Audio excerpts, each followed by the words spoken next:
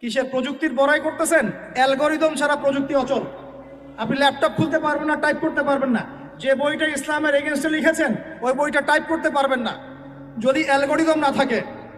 আর সেই অ্যালগরিদম আবিষ্কার করেছেন একজন মুসলিম মনীষী।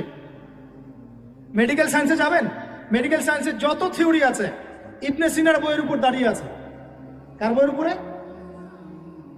এই যে আপনি ফিলোসফিক্যাল থটসের কথা বলেন, দার্শনিক মতবাদগুলোর কথা বলেন, আপনি ইমাম গাজ্জালির বাইরে যেতে পারবেন না।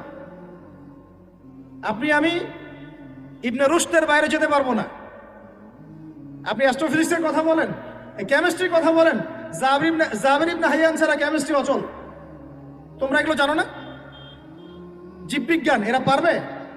জীববিজ্ঞান কি ইবনে সিনার থিওরির বাইরে যেতে পারবে? ম্যাথামেটিক্স ওমর খৈয়ামের বাইরে যেতে পারবে? আল খোয়ারিজমির বাইরে যেতে পারবে? ইবনে রুশদের বাইরে যেতে পারবে? এরকম বহু